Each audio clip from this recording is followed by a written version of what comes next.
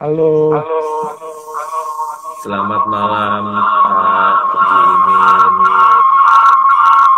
Suara Pak Julimin bergema. bergema ya? Iya. Nah, sekarang hilang. Oke, sorry.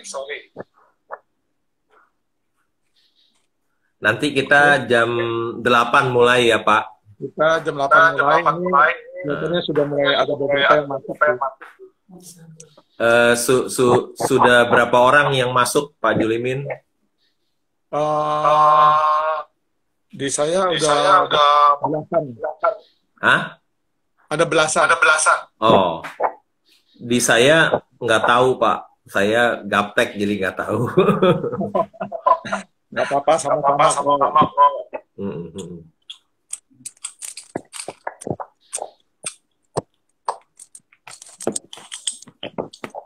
Koneksi bagus tadi ya.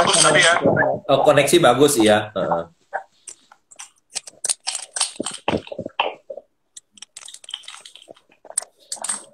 Cuman memang kalau pakai Insta ini kadang-kadang suka ada gema. Ya, sekarang udah nggak bergema. Tadi bergema ya.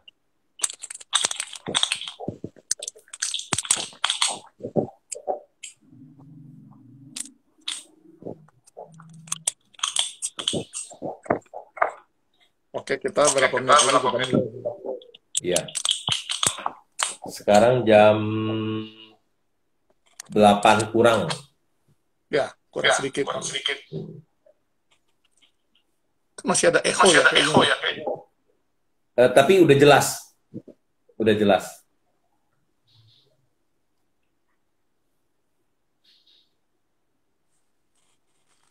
Tuh di situ ada tulisan suara Pak Jul masih bergema, dia bilang. Iya. Saya lebih heran kalau selalu ada problem.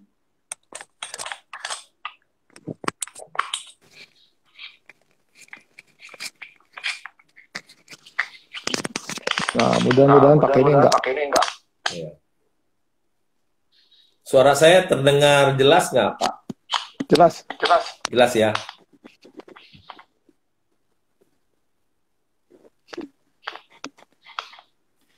Banyak teman-teman lama tuh. Hah? Teman-teman lama di Greenfield.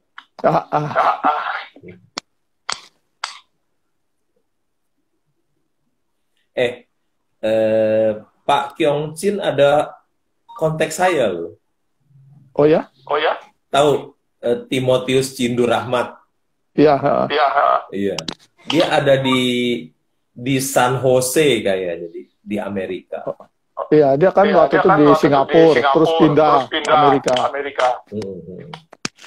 Udah lama nggak ketemu dia itu. Iya, dia tiba-tiba masuk di WA saya. Oh. Timotius Cindu Rahmat. Oh. Pak Julimin sekarang melayani di Yayasan Unike ya? Secara full time-nya iya. Oh, nggak melayani di gereja gitu enggak?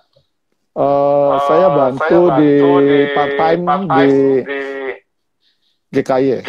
Oh, nggak full time ya, nggak jadi full time. Enggak.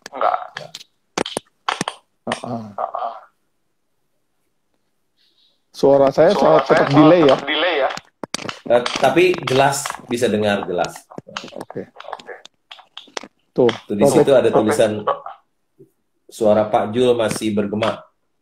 Iya, saya juga heran setiap kali. Wah, ada itu tuh yang dari GKK Ketapang join. Iya.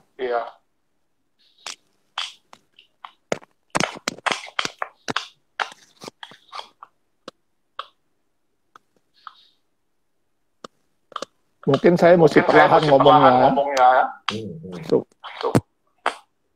Atau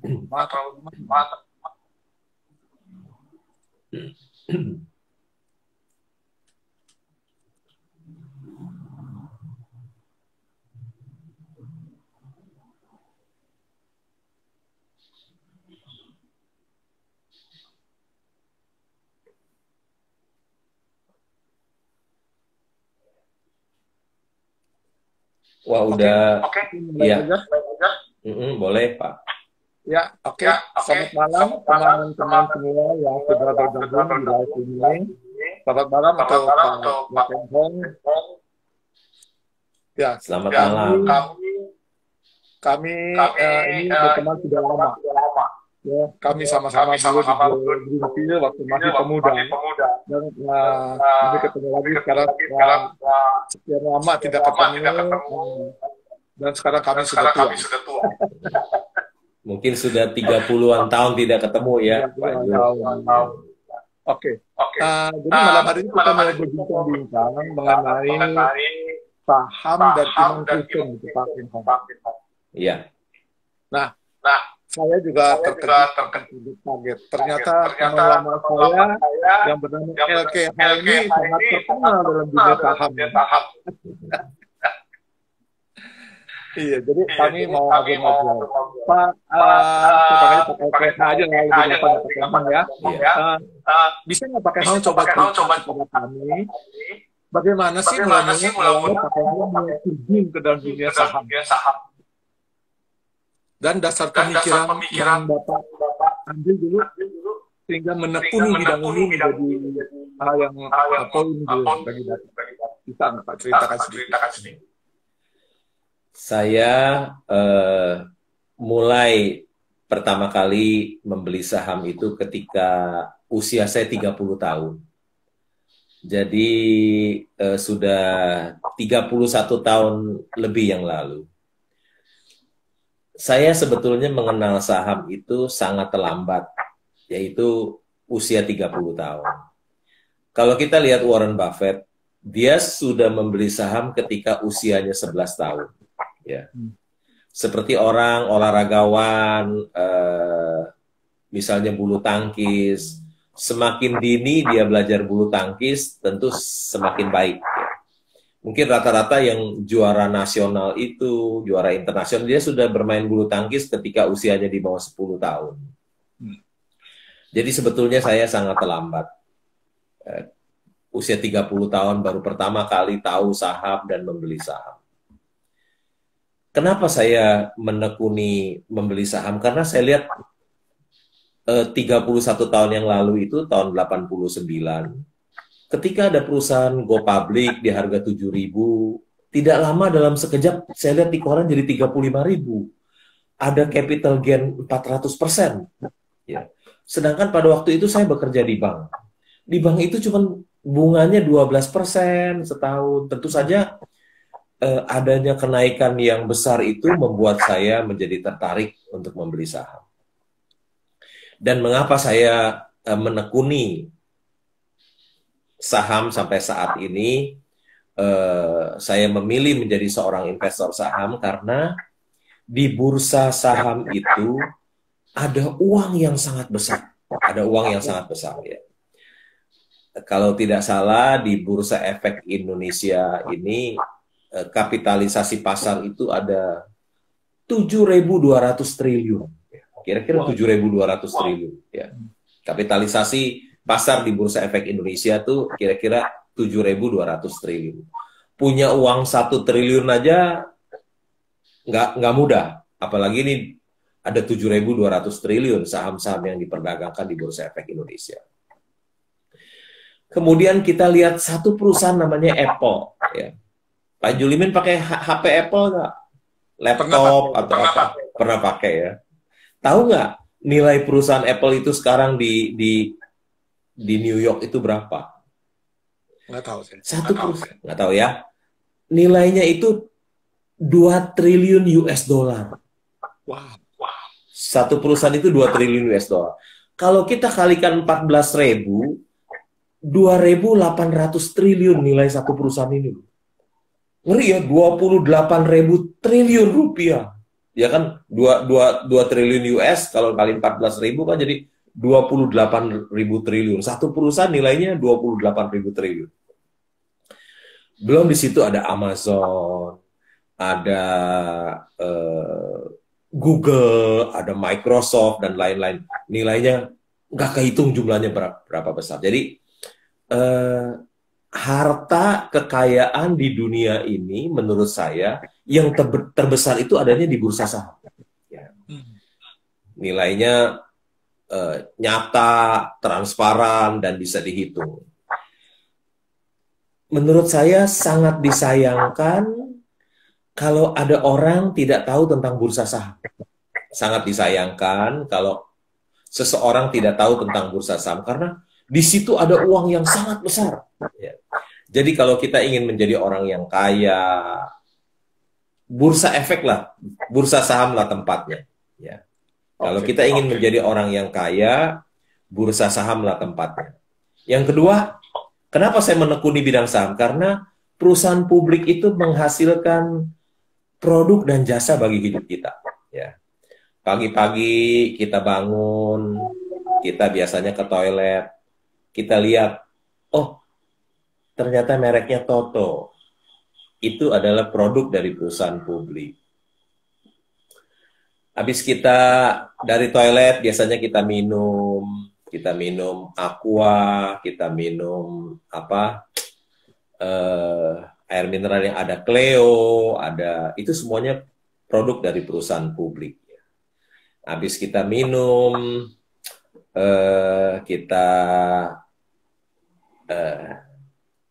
mandi, kita sikat gigi pakai Pepsodent, kita cuci baju pakai Rinso.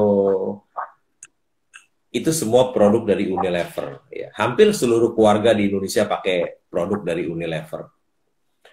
Kemudian habis mandi, kita makan mie yang enak dan murah, yang sebungkus 3.000 itu Indomie dengan telur bernikmat sekali. Ya. Katanya dari Sabang sampai Merauke di seluruh dunia makan Indomie. Ketika kita pagi makan Indomie, itu produk dari Indofood. Makan Indomie, sementara kita makan Indomie, kita nonton TV, mungkin RCTI, mungkin MNC, mungkin iNews, atau kita nonton yang lain. Itu adalah semua kejadian banjir hari ini kita bisa lihat dari RCTI. Itu juga perusahaan publik yang kebetulan pemegang saham terbesarnya adalah Pak Haritanu Sudibyo dan pemegang saham terbesar nomor 2 adalah saya sendiri. Ya. Habis kita nonton TV, kita berangkat ke kantor, kita pakai mobil Avanza. Ya. Kacanya siapa yang bikin? Kita beli Avanza itu dari Astra International. Kacanya siapa yang bikin? Oh, yang bikin Asahi Mas. Itu juga perusahaan publik. Bannya siapa yang bikin? Mungkin ada Gajah Tunggal, ya pabrik ban terbesar di Asia Tenggara. Kebetulan salah satu pemegang saham terbesar nomor 3-nya adalah saya sendiri, pemilik dari pabrik ban Gajah Tunggal itu. Ya. Terus kita cerita, kita ke kantor, masuk jalan tol. Tolnya siapa punya? Ada Citra Marga, ada Jasa Marga, ada yang lain-lain lagi. Itu semua perusahaan publik. Rumah saya dekat dengan Central Park, hanya 5 kilo. Mall itu bagus loh. Siapa punya? Oh, itu Agung Podomoro Land. Ya. Itu juga perusahaan publik. Bangunannya bagus, bukan promosi. Saya nggak punya saham di Agung Podomoro.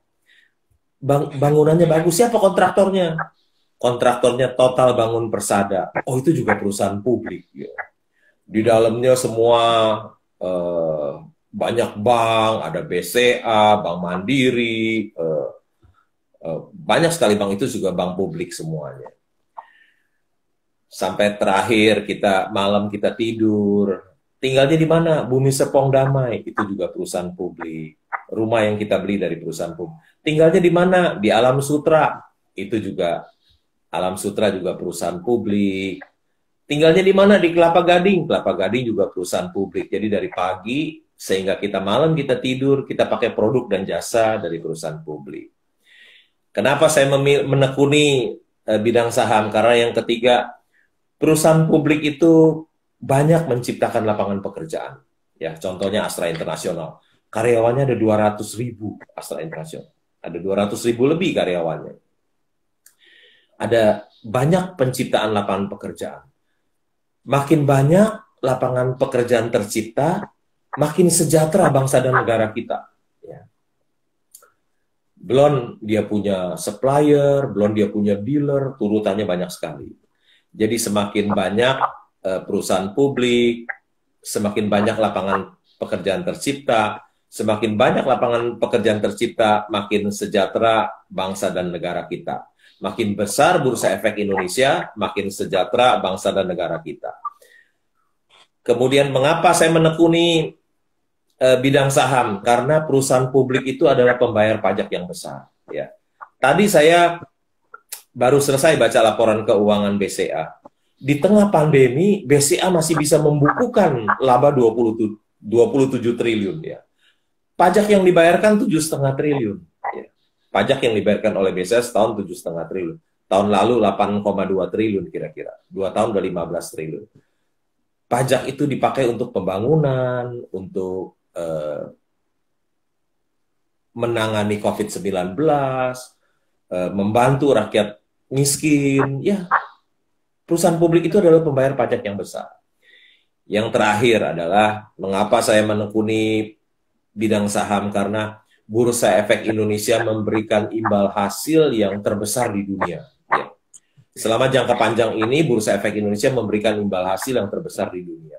Kalau kita lihat di tahun 2002, indeks kita itu sekitar 330. Ya. Sekarang indeks kita udah 6.000 lebih. Jadi, Bursa Efek Indonesia memberikan imbal hasil yang terbesar di dunia dalam jangka panjang.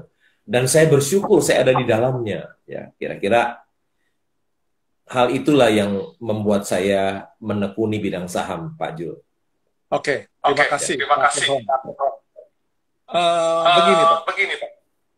Yang saya kenal dari Pak itu ada seorang yang sangat beriman.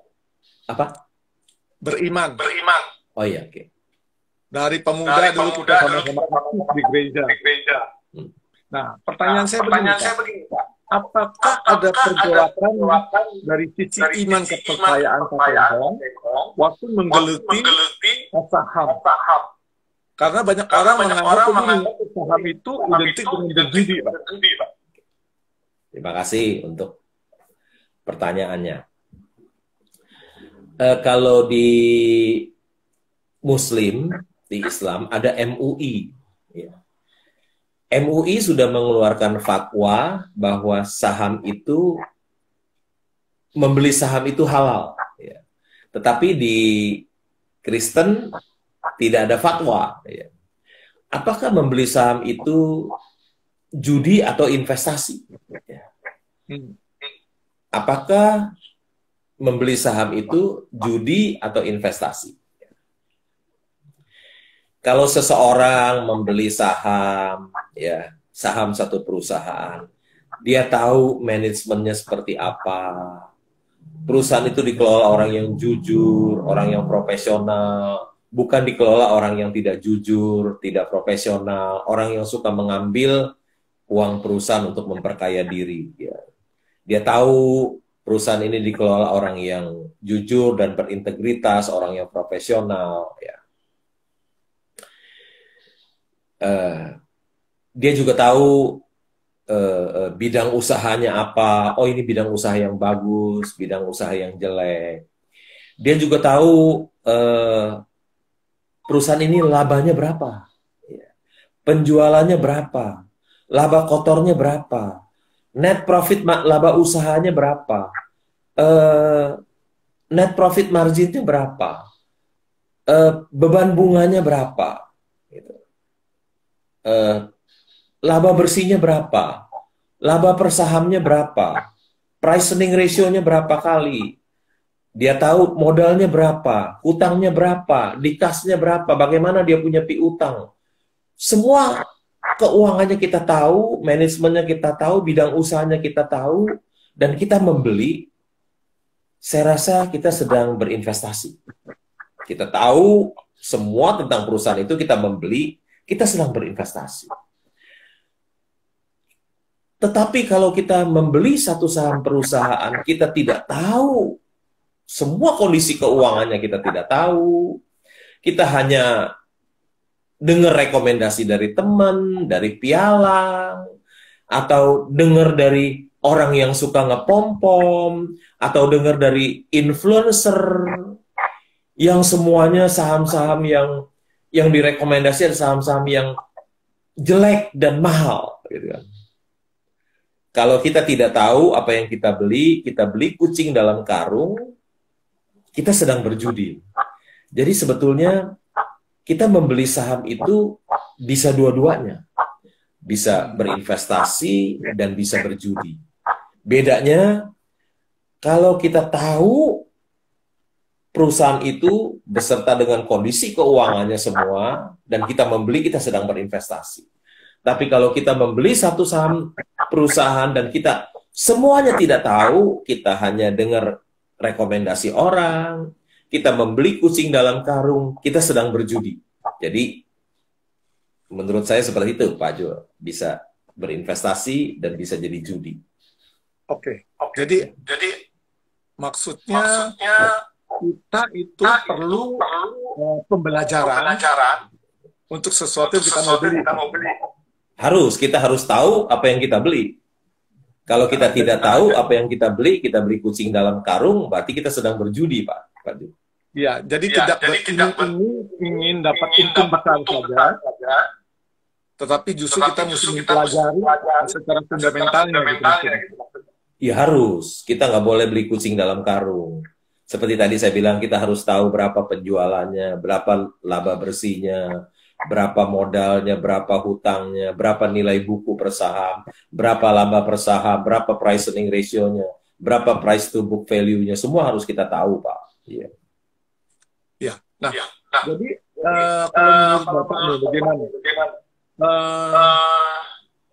Secara etos kerja. Nah, apa yang iman kita ajarkan bahwa kita harus bekerja. Sementara pemain saham itu sepertinya tidak bekerja, sepertinya ya, quote-unquote. Dia hanya duduk di warung kopi, kita ngopi, buka komputer, perhatikan grafik. Nah, itu bagaimana? Menurut saya, kita seorang investor saham itu, seperti saya ya, etos kerja saya, pagi-pagi saya bangun, ya tentu saya sebelum melakukan sesuatu, saya bermeditasi dulu, membaca renungan firman Tuhan, mendengar khotbah-khotbah singkat. Setelah itu saya membaca 4 koran. Jam 6 pagi itu saya mengambil koran di depan rumah saya baca koran. Ada 4 koran yang saya langganan. Jadi saya nggak baca e-paper, tapi masih paper saya baca. Udah terbiasa, udah 30 tahun baca koran, terus kalau berhenti rasanya kurang enak ya. Ada sesuatu yang kurang. Jadi saya membaca koran, di situ saya baca tentang perusahaan-perusahaan publik. Saya pelajari apa yang mereka lakukan. Yang saya tidak tahu, wartawan yang mencari informasi. Jadi saya berlangganan koran itu, wartawan yang cari tahu tentang perusahaan publik, saya hanya membaca saja. Cukup membayar 600.000 sebulan, ya hitung-hitung 1 hari 20.000, mendapatkan informasi-informasi yang sangat berharga dari para jurnalis. Mereka cari berita untuk saya. Saya baca koran 4, baca koran Kontan, Investor Daily, membaca Kompas, dan Bisnis Indonesia saya baca. Selain saya baca koran, saya juga membaca annual report, membaca laporan keuangan perusahaan publik. Ya. Kemudian saya juga mendengar TV, CNBC, Bloomberg untuk mengetahui saham-saham di seluruh dunia. Ya. Harga-harga komoditas, harga timah, harga nikel, harga emas, harga batu bara, harga CPO, ada di Bloomberg semuanya di situ. Jadi Saya juga membaca eh, website Bursa Efek Indonesia. Kira-kira ada 200 pengumuman bursa setiap hari yang harus saya baca. Ya. Jadi kalau perusahaan publik akan melakukan aksi korporasi, saya bisa tahu dari website Bursa Efek Indonesia. Baca laporan keuangan.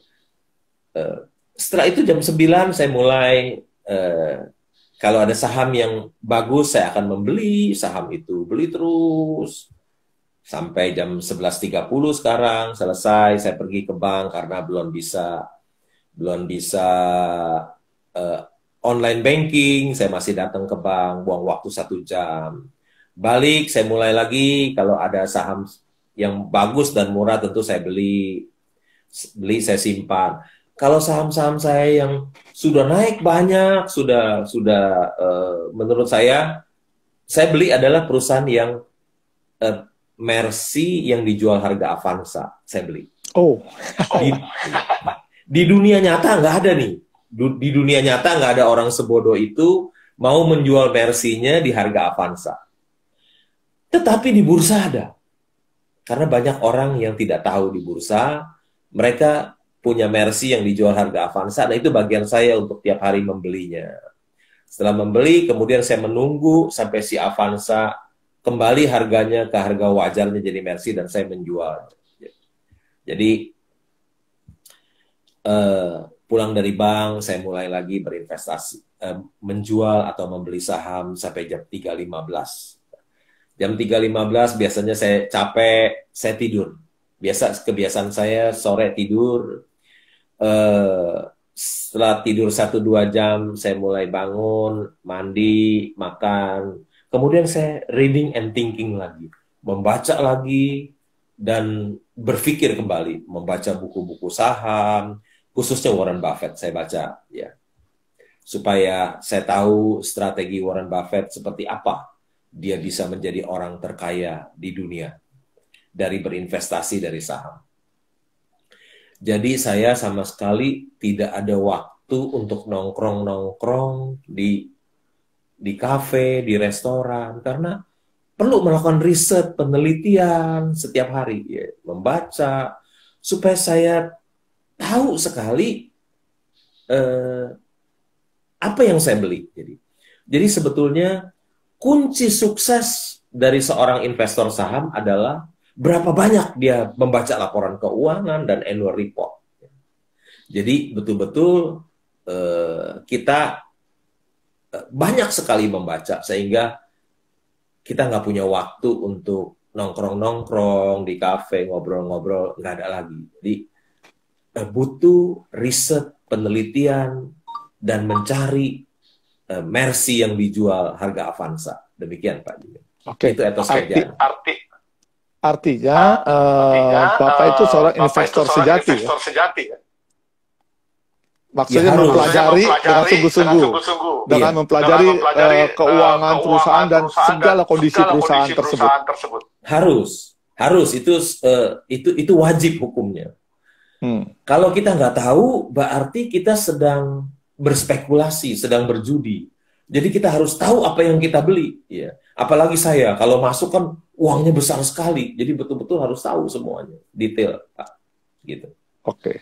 Ya karena yang saya lihat, banyak teman-teman yang justru nongkrong di kafe cari informasi gitu. Jadi itu salah Pak ya? Oh keliru. Biasanya informasi yang beredar malah informasi yang tidak benar. Ya. Jadi biasanya informasi yang beredar di bursa itu 90% itu tidak benar. Ya. Jadi pegangan kita hanya satu, yaitu laporan keuangan dan annual report. Laporan keuangan itu yang jadi andalan kita, bukan info. Info itu bisa menyesatkan. Ya. Pegangan kita adalah laporan keuangan perusahaan publik. Oke, artinya bisa dipertanggungjawabkan. Iya. Nah, berarti ini bisa dilakukan oleh setiap orang yang sudah berusia pensiun, Pak. Oh, tentu saja. Menjadi seorang investor yang berhasil menurut saya cukup pendidikannya hanya tamatan SD saja. Oh Begitu ya. mudah, ya. Tamatan SD aja bisa. Karena cukup dia hanya mengerti tambah, kurang, bagi, kali, dan prosentase. Ya. Sangat sederhana sekali, hanya cukup tamatan SD saja bisa. Ya, kira-kira gitu.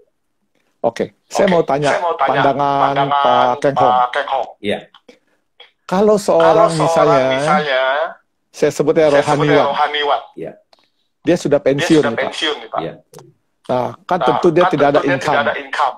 ya. Nah, kalau dia menerjunkan dirinya ke dalam dunia saham, tapi kalau seperti yang Pak Keng Hong cerita, itu kan artinya memang bekerja, belajar sungguh-sungguh. Artinya boleh ya Pak? Gimana Pak? Ya, artinya hamba Tuhan yang sudah pensiun, kalau berinvestasi, artinya boleh. Ya, sangat boleh Pak kalau berinvestasi, asal jangan dia berjudi, ya. Jadi dia membeli sesuatu yang dia tidak tahu.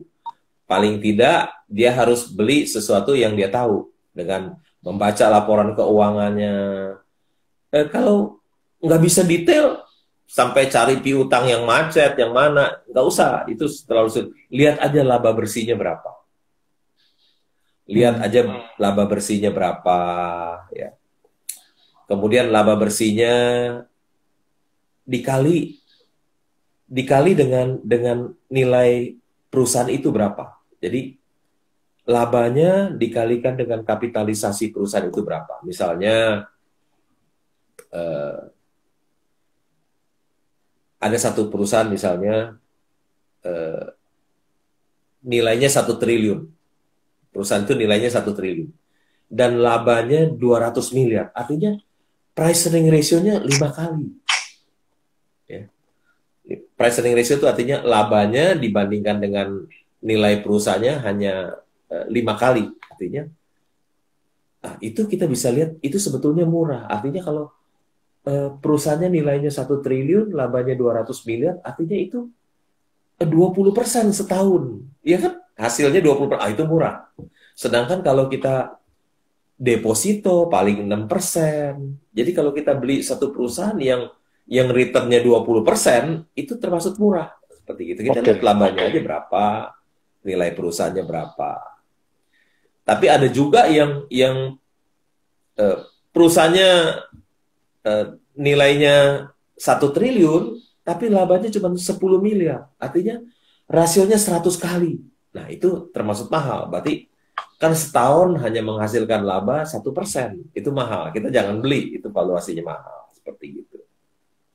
Oke. Nah, kalau begitu, Pak, kalau bagi orang-orang awam nih, ya, mendengar malam ini nih, kan rada tertarik nih, mau main saham. Nah, itu mereka harus mulai dari mana ya? Ya tentu saja mulai dari belajar membaca laporan keuangan, perusahaan publik, sampai bisa mereka menemukan perusahaan yang bagus dan murah.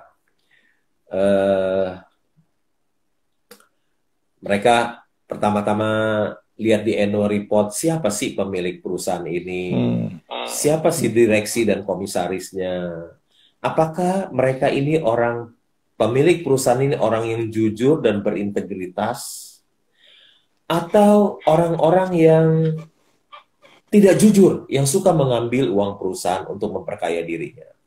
Dan sangat berbahaya sekali kalau kita membeli perusahaan yang dikelola orang yang tidak jujur.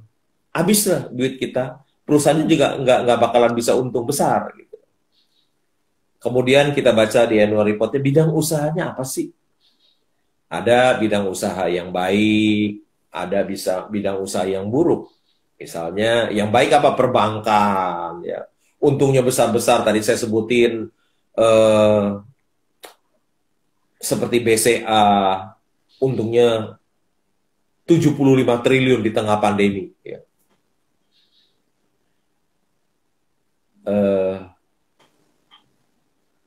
Sorry, saya lupa labanya berapa ya? bayar pajaknya 7,5, 27 triliun, pajaknya 7,5 triliun soalnya.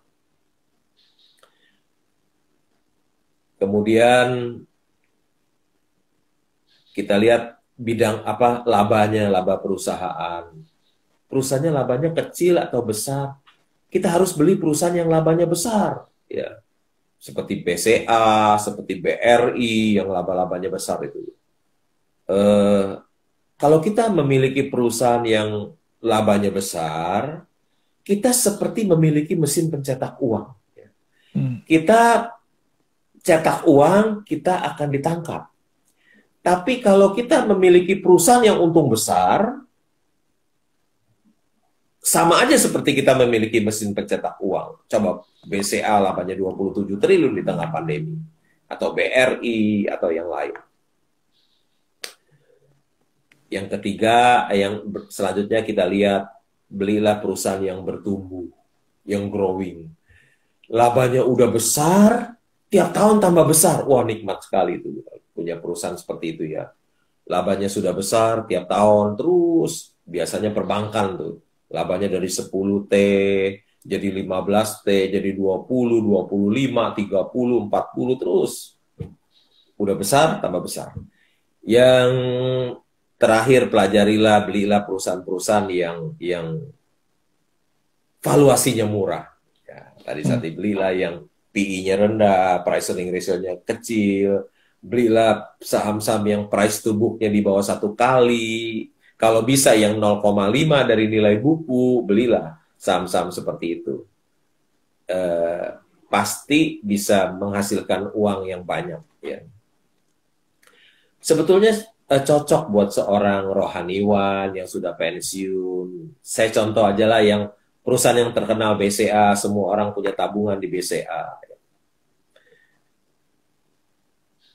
Itu perusahaan yang hebat. Kalau 20 tahun yang lalu, BCA itu go public di harga 1.400. Udah pecah 3 kali. Satu saham jadi 2, 2 jadi 4, 4 jadi 8.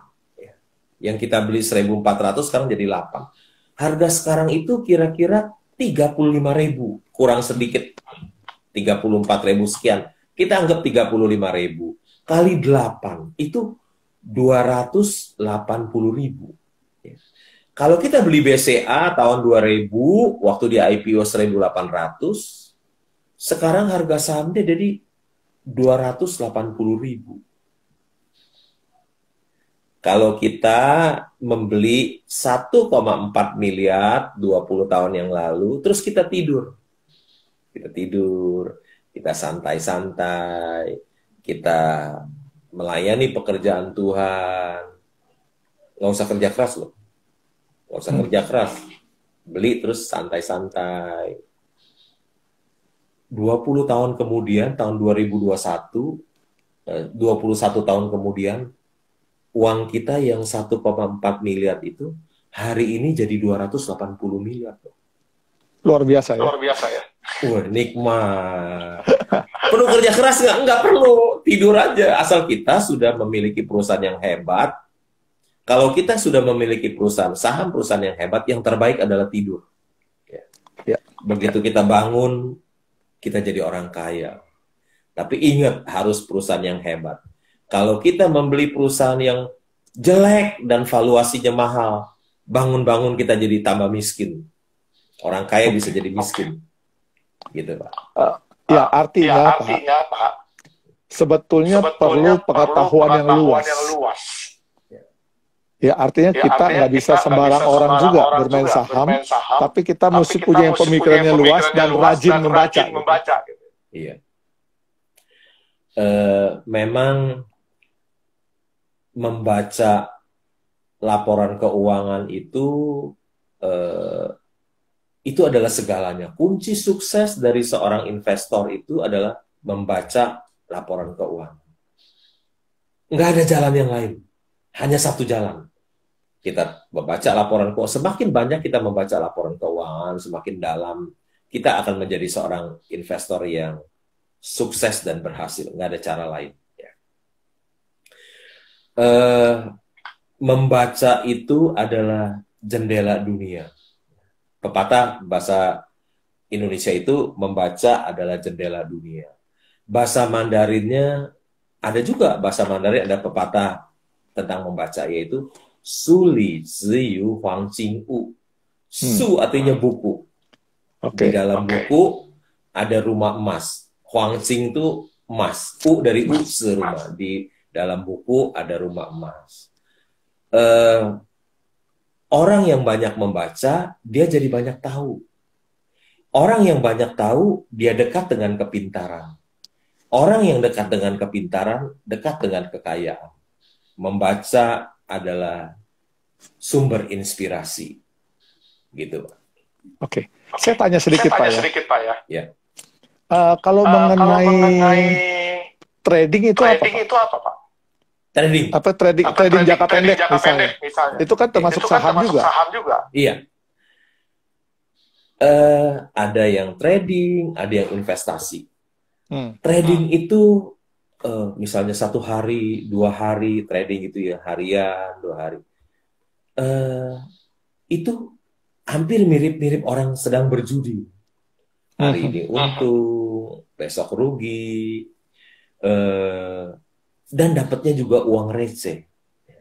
Ada satu riset mengatakan semakin frekuensi kita semakin banyak kita berdagang saham, jual beli, keuntungannya semakin sedikit. Yang banyak blokernya dapat fee. Kita jual beli, blokernya dapat fee ya. Yang kaya blokernya. Riset itu mengatakan semakin frekuensi kita semakin banyak, keuntungan kita semakin kecil. Tapi frekuensi kita makin sedikit, keuntungan kita makin besar. Orang yang dagang saham, trading harian, dapatnya uang receh. Tapi kalau kita investasi jangka panjang, dapatnya uang besar. Ya. Kan tadi saya bilang, kita seorang investor ini sederhananya adalah saya membeli Mercy yang dijual harga Avanza di bursa. Kemudian saya menyimpan saham itu sampai kembali menjadi Mercy, kembali ke harga wajarnya, dan saya dapat uang besar. Sekarang saya tanya, Warren Buffett berinvestasi di saham, dia bisa menjadi orang terkaya di dunia, trading atau investasi? Ya.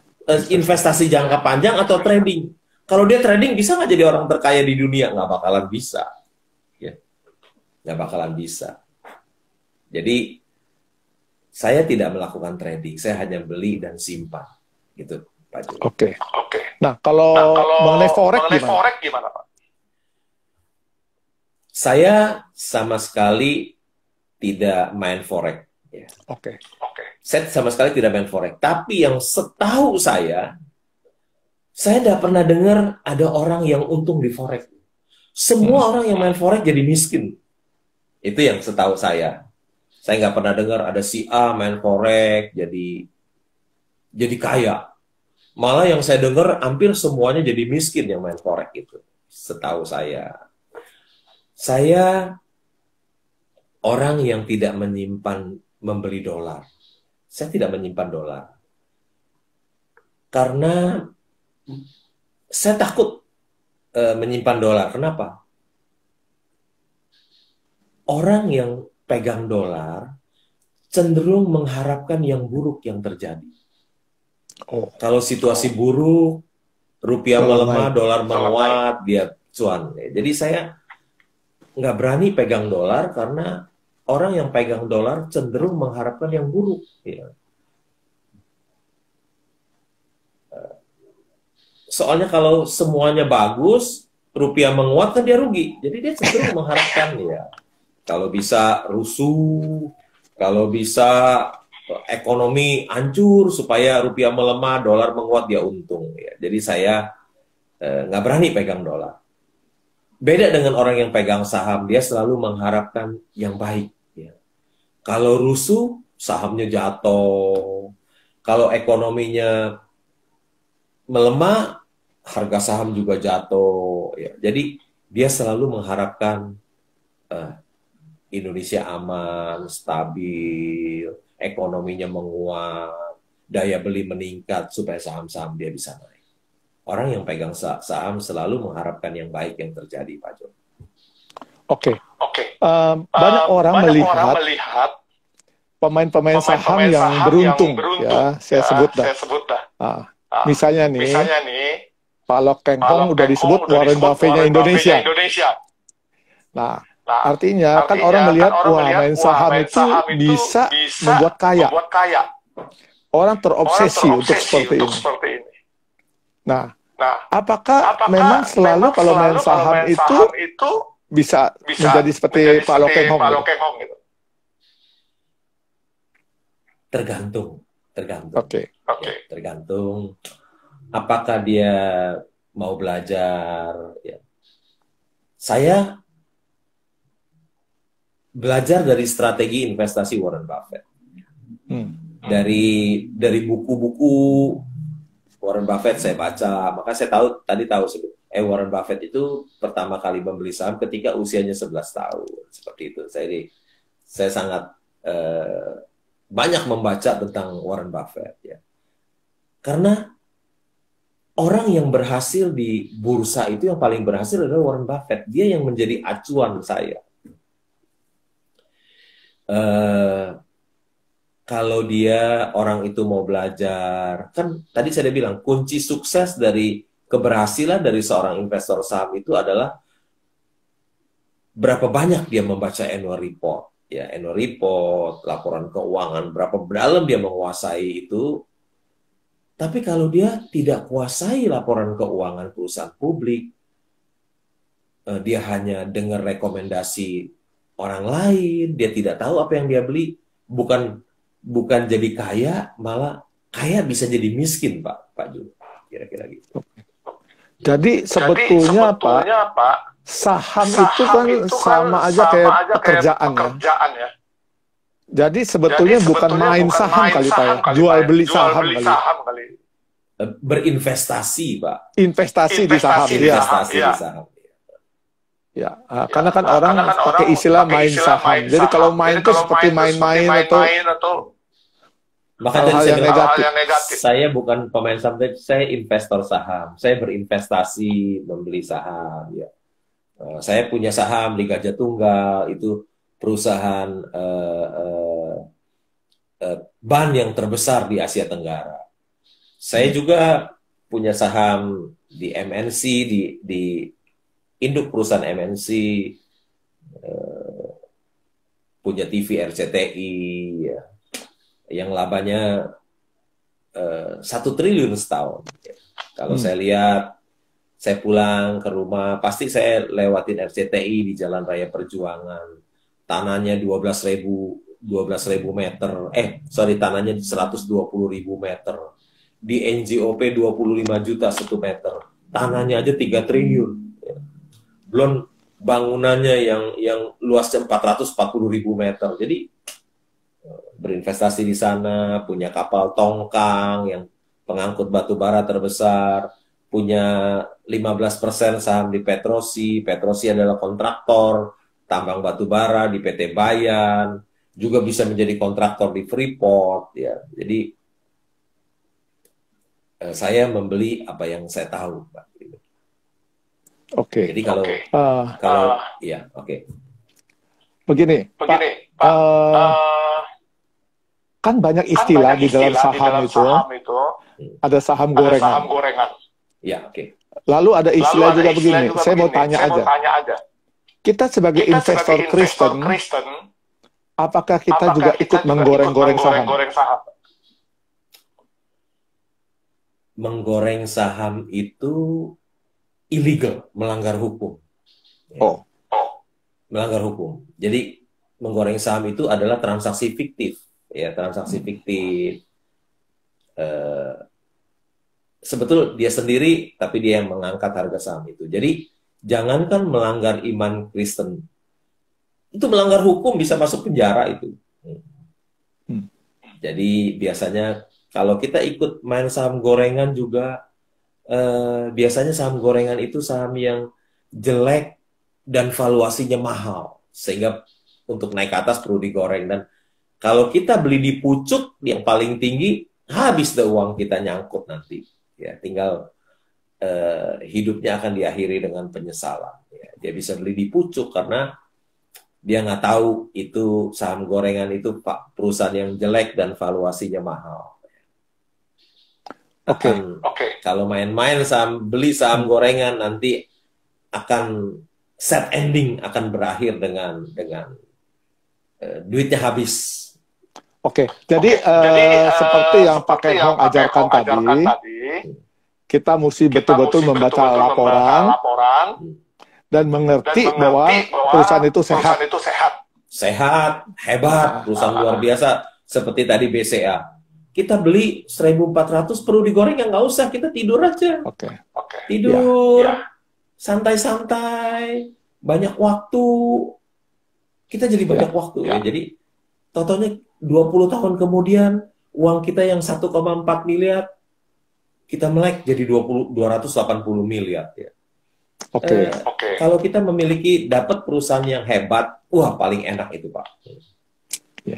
Jadi istilahnya sekarang kita menggunakan gini, kita menginvestasikan di perusahaan-perusahaan yang sehat dan hebat, yang bisa menghasilkan laba yang besar gitu. Jadi itu siapapun boleh dan itu tidak melanggar hukum dan melanggar iman. Iya, tentu aja kalau melanggar hukum ya melanggar iman loh. Terima kasih. Masih ada satu pertanyaan, Pak. Ya. Kalau untuk tadi yang saya katakan lagi, artinya bagi kita orang-orang Kristen berinvestasi saham tidak salah secara imannya. Kalau kita sebelum membeli dipelajari dulu, semua kondisinya kita tahu, tidak salah. Tapi kalau kita membeli sesuatu yang tidak tahu, jadi salah loh, kita beli kucing dalam karung. Artinya saya mau katakan sebetulnya investasi saham itu sama saja dengan berbisnis, karena kita membeli satu perusahaan dan kita pelajari perusahaan itu, lalu kita beli. Jadi itu secara iman Kristen oke. Ya, sangat oke Pak. Ya, makanya saya katakan itu oke. Jadi artinya hamba Tuhan pun sebetulnya tidak jadi masalah untuk menginvestasikan uangnya membeli perusahaan-perusahaan atau saham-saham yang sehat. Tidak salah Pak juga, tidak salah. Arya, saya mengerti Pak. Karena tadi dari pembicaraan kita sudah lihat bahwa itu ada pembelajaran, itu juga ada etos kerjanya, dan itu juga ada etika-etika secara iman juga. Nah, jadi memang tidak dipesan kecuali kita memang menjadi pemain yang nakal, yang berdosa. Seperti itu katanya. Ya, kalau nakal jadi bertentangan dengan iman percaya kita.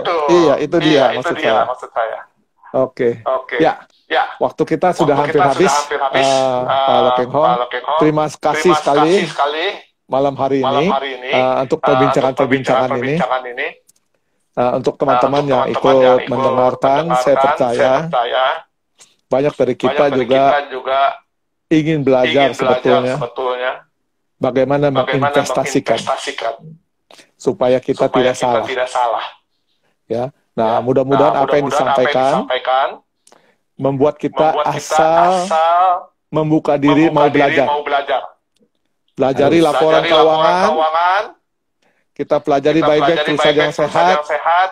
Kalau kita mau beli. Seperti itu Pak ya. Jangan beli kucing dalam karung. Betul. Pak, saya ingin cerita sedikit ya Pak. Silakan. Satu hari ada teman saya, teman SD, lebih lama dia daripada Pak Julimin. Teman SD. Dia sudah cuci darah 12 tahun. Dia juga ada diabetes, kakinya sudah diamputasi satu. Yang satu lagi udah mulai busuk juga. Satu hari dia jual rumah dia. Ada satu jual rumah dia. Dia dia telepon saya. Tentu orang seperti dia yang sudah cuci darah, kakinya sudah diamputasi, untuk membuka usaha tentu susah. Dia bisa telepon saya. Dia bilang, Hong, saya ada uang 500 juta. Hong, boleh beliin saham apa ya, Hong? Dia tanya saya. Dan orang ini betul-betul percaya 100% sama saya. Saya bilang, uang kamu dibeliin deh saham Indakiat sih. Dia beli saham Indakiat. Seluruhnya nggak tanya apa-apa, dia nggak beli. Hong, kok cuma satu, atau beli dua, atau beli tiga saham? Enggak, saya bilang, beli aja Indakiat. Langsung dia, semuanya dia beliin saham Indakiat 500 juta. Terus saham Indakiat naik. Uang dia sekarang ada 5 miliar. Lumayan buat dia biaya pengobatan, segala macam. Satu hari saya punya teman seorang pendeta. Satu hari Pak Pendeta ini bawa temannya juga pendeta. Saya nggak kenal. Saya sama Pak Pendeta ini saya nggak kenal. Dia datang ke rumah saya, tapi dia ditemani oleh teman saya. Dia bilang, Pak, uang dana pensiun saya dikelola oleh GKI. Dana pensiun GKI, tapi nggak bertumbuh ya Pak ya. Lebih baik saya tarik, saya beliin saham, atau gimana Pak? Saya bilang, ya silahkan kalau mau ditarik, dana pensiunnya dibeliin saham nggak apa-apa. Ya sudah, dibeliin saham aja, beli Indakiat boleh. Ya. Kemudian saham Indakiat naik dari 1.000 menjadi 20.000.